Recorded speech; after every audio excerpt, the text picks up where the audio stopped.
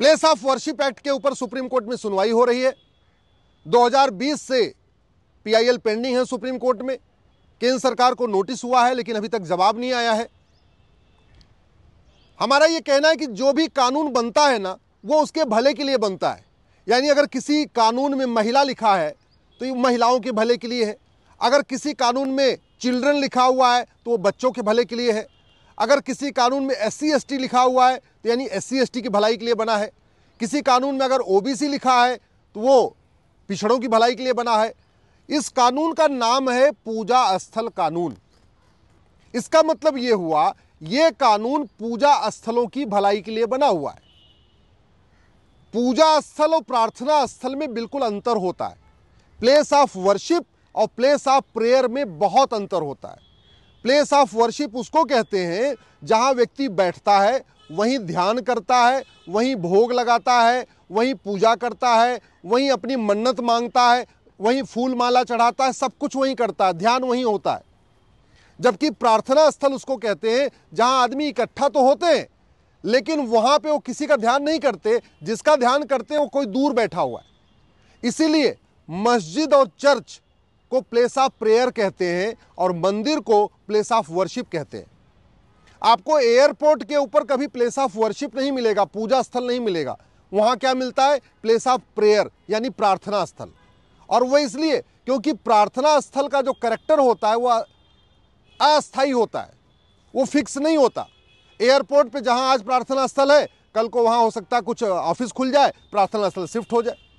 इसीलिए दुबई में, कुवैत में, बहरीन में जो मस्जिदें होती हैं, जब भी कोई आवश्यकता होती है, सड़क को चौड़ा करना है, एयरपोर्ट को चौड़ा करना है, या कोई और हॉस्पिटल खोलना है या यूनिवर्सिटी खोलना है, तो वो जो मस्जिद होती है उसको शिफ्ट कर देते हैं, क्योंकि वो प्लेस ऑफ प्रेयर है, एक इकट्ठा होने का स्थान है जहां सब लोग इकट्ठे होकर इबादत करते हैं। वहीं दूसरी तरफ मंदिर को प्लेस ऑफ वर्शिप कहते हैं। मंदिर में एक बार अगर प्राण प्रतिष्ठा हो गई तो जब तक वहां विसर्जन नहीं होगा उसका कैरेक्टर मंदिर ही रहेगा, उसका कैरेक्टर कभी बदलता नहीं। यह कानून यह कहता है कि जो 1947 में कैरेक्टर था वो बदला नहीं जाएगा। लेकिन सवाल यह है वो कैरेक्टर की जांच कैसे होगी? जैसे मेरे पीछे सुप्रीम कोर्ट का गुंबद आपको दिख रहा होगा, चीफ जस्टिस की कोर्ट है। अब ये गुंबद से तो लग रहा है ये सुप्रीम कोर्ट के चीफ जस्टिस ऑफ इंडिया की कोर्ट है, लेकिन सवाल ये है क्या आज भी ये कोर्ट है? यहाँ कोर्ट फंक्शन कर रही है कि नहीं कर रही है? इसके लिए तो जांच करना पड़ेगा, कोर्ट के अंदर जाना पड़ेगा, देखना पड़ेगा कि हाँ भाई यहाँ कोर्ट चलती भी कि नहीं चलती। जैसे संसद की बिल्डिंग पुरानी वाली है, उसका नाम संसद भवन है, आज भी उसका नाम संसद भवन है, लेकिन संसद वहां चल रही कि नहीं चल रही है ये तो जाके देखना पड़ेगा। अब नई संसद भवन बनी तो संसद आपकी शिफ्ट हो गई, आज की डेट में वो नाम का संसद है लेकिन एक्चुअल में संसद वहां चलती नहीं, संसद तो नई बिल्डिंग में बन गई। तो ऐसे ही एक होता आइडेंटिटी, एक होता कैरेक्टर। आइडेंटिटी आंखों से देख के पता चल जाती है, लेकिन कैरेक्टर के लिए जांच करना पड़ता है। जैसे मेरी आइडेंटिटी आपको दिख रही है कि मैं एडवोकेट हूं, लेकिन मेरा कैरेक्टर क्या है इसके लिए तो बाकायदा जांच करनी पड़ेगी। पीछे जो सुप्रीम कोर्ट की बिल्डिंग दिख रही है, चीफ जस्टिस ऑफ इंडिया साहब की जो कोर्ट दिख रही है, ये आइडेंटिटी है कि ये चीफ जस्टिस ऑफ इंडिया की साहब की ये कोर्ट है। लेकिन चीफ जस्टिस ऑफ इंडिया साहब वहां बैठते हैं कि नहीं बैठते हैं, इसके लिए बाकायदा वहां जाना पड़ेगा, जांच करना पड़ेगा, देखना पड़ेगा। हो सकता है CJI साहब अपनी कोर्ट बदल के कहीं और शिफ्ट कर दे। तो आइडेंटिटी तो ये सुप्रीम कोर्ट की है, लेकिन कैरेक्टर वहां जाके ही देखना पड़ेगा। ऐसे मंदिर या मस्जिद या चर्च, उसकी आइडेंटिटी जो दिखती है जरूरी नहीं वही उसका कैरेक्टर भी हो। उदाहरण के लिए मैं वकील तो हूं, लेकिन मैं हिंदू हूं या मुस्लिम ये तो जांच से ही पता चलेगा। मैं पारसी हूं या ईसाई ये तो हमारा कैरेक्टर क्या है ये जांच करने से ही पता चलेगा। तो पहली बात तो ये जो प्लेस ऑफ वर्शिप एक्ट है ये प्लेस ऑफ प्रेयर एक्ट नहीं है। दूसरा, ये place of worship act identity नहीं बल्कि कैरेक्टर की बात करता है, यानी कहता है कि जो कैरेक्टर देखा जाएगा, कैरेक्टर बदलना नहीं चाहिए। और मैंने पहले कहा एक बार अगर पूजा शुरू हो गई, वो मंदिर बन गया, तो फिर उसका कैरेक्टर तब तक नहीं बदलेगा जब तक वहां विसर्जन न हो जाए। मैं इसका दूसरा उदाहरण देता हूं।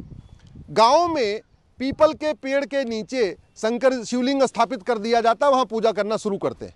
कई बार आंधी आती है, पेड़ उखड़ जाता है, कई बार आंधी आती है, पेड़ की टहनियां टूट जाती हैं, लेकिन उस जो शंकर जी का मंदिर वहां पे शिवलिंग स्थापित हो गया, उसका धार्मिक चरित्र बदलता नहीं, उसका कैरेक्टर नहीं बदलता।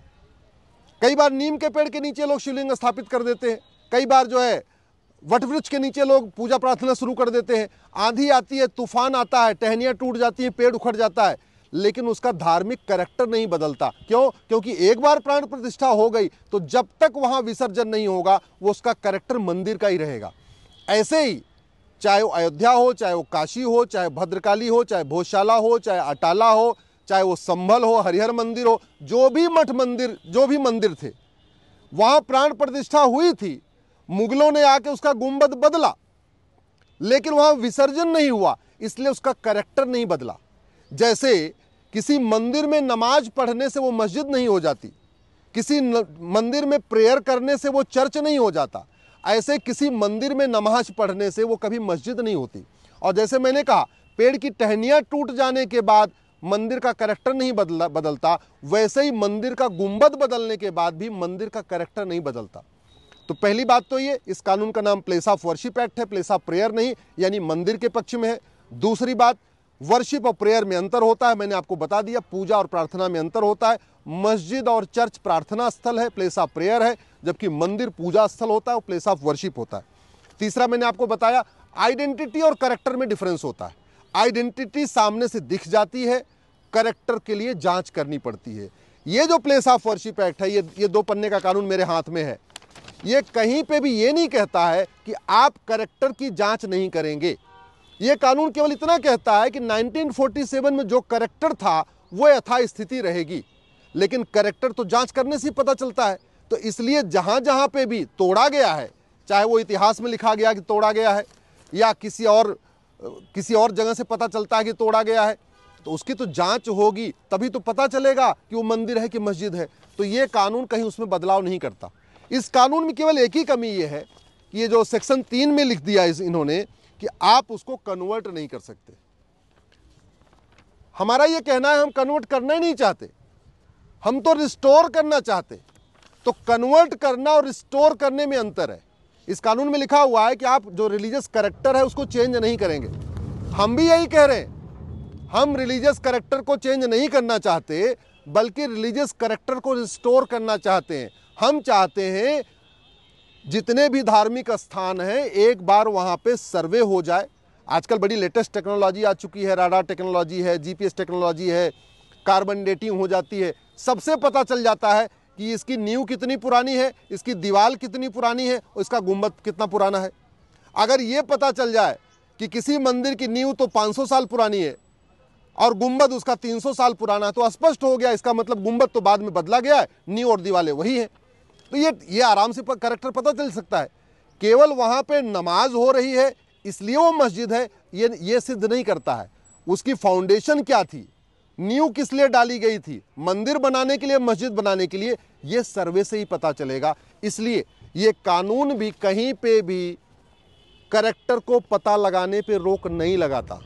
ये कानून कहीं पे भी ये नहीं कहता कि वास्तव में चरित्र क्या था, वो पता लगाना भी नहीं। ये सिंपल इतना कहता है कि जो चरित्र 1947 का था वो यथास्थिति बरकरार रहेगी। और ये कानून ये कहता है सेक्शन 3 कि आप उसको कन्वर्ट नहीं करेंगे। हम भी कह रहे हैं, हम तो कन्वर्ट करना नहीं चाहते। हम तो कह रहे हैं हरिहर मंदिर का आप कैरेक्टर आइडेंटिफाई कर लीजिए, पता कर लीजिए, और वो मंदिर है उसको रिस्टोर कर लीजिए। हम तो गुंबद भी नहीं बदलना चाहते, हम तो कह रहे हैं गुंबद ही पुराना चलता रहेगा, क्या फर्क पड़ता है। जब बहुत पुराना हो जाएगा तो फिर कोई बदलेगा। चाहे वो अटाला हो, चाहे भद्रकाली हो, चाहे भोजशाला हो, जितने भी मठ मंदिरों के विवाद चल रहे हैं, कहीं पे भी ये कानून कैरेक्टर के आइडेंटिफिकेशन को रोक नहीं लगाता। कहीं पर भी ये कानून ये नहीं कहता कि आप आइडेंटिफाई नहीं करा पाएंगे, कहीं ये नहीं कहता आप सर्वे नहीं करा पाएंगे, कहीं ये कानून ये नहीं कहता कि नहीं आप टेक्नोलॉजी का उपयोग करके उसका ओरिजिनल कैरेक्टर नहीं पता कर सकते। ये कानून सिंपल ये कह सकता है जो कैरेक्टर नहीं बदलेगा। हम भी कह रहे हैं कैरेक्टर नहीं बदलेगा, लेकिन कैरेक्टर क्या है इसके लिए तो बाकायदा जांच करानी पड़ेगी। सामने से देख के, जैसे मुझे देख के ये नहीं पता चल सकता मेरा कैरेक्टर क्या है, पीछे बिल्डिंग को देख के नहीं पता चल सकता कि इसका कैरेक्टर क्या है, किसी भी गाड़ी को देख के नहीं पता चल सकता उसका कैरेक्टर क्या है, किसी जानवर को देख के नहीं पता चल सकता उसका कैरेक्टर क्या है। कैरेक्टर जो दिखता है उसको आइडेंटिटी कहते हैं, उसको पहचान कहते हैं। और कैरेक्टर जो होता है वो इनहेरेंट होता है, अंदर से होता है, उसकी तो जांच करनी पड़ती है। ये कानून कहीं पे भी ये नहीं कहता कि जो आप उसका कैरेक्टर है आप उसको नहीं बदल सकते। हम तो ये कह रहे हैं हम कैरेक्टर बदलना भी नहीं चाहते। हम तो कैरेक्टर की जांच हो जाए, नींव की जांच हो जाए, दीवालों की जांच हो जाए, फाउंडेशन की जांच हो जाए और जिसका जो कैरेक्टर है वो बदल दिया जाए। अगर कहीं पे भी मस्जिद के ऊपर मंदिर बना है ऐसा जांच में पाया जाता है तो ठीक है भैया, वो आप दे दिए, वो मस्जिद को मुस्लिम भाइयों को मिलनी चाहिए। अगर कहीं लगता है कि चर्च के ऊपर मंदिर बना है तो हमारे क्रिश्चियन भाइयों को मिलना चाहिए। लेकिन कैरेक्टर जांचने के बाद, सर्वे करने के बाद, साइंटिफिक टूल यूज करने के बाद अगर ये पता चलता है कि नहीं ये तो पहले मंदिर था, इसके ऊपर गुंबद बदला गया है, बाद में नमाज पढ़ी गई है, तो उसको शांति के साथ हिंदू भाइयों को दे देना चाहिए। देश की एकता अखंडता के लिए यही ज़रूरी है। और इस कानून पे सुनवाई तो चली रही है, आशा करता हूँ इस पे संसद में भी चर्चा होगी और सुप्रीम कोर्ट ही जल्दी इसका फैसला करेगा।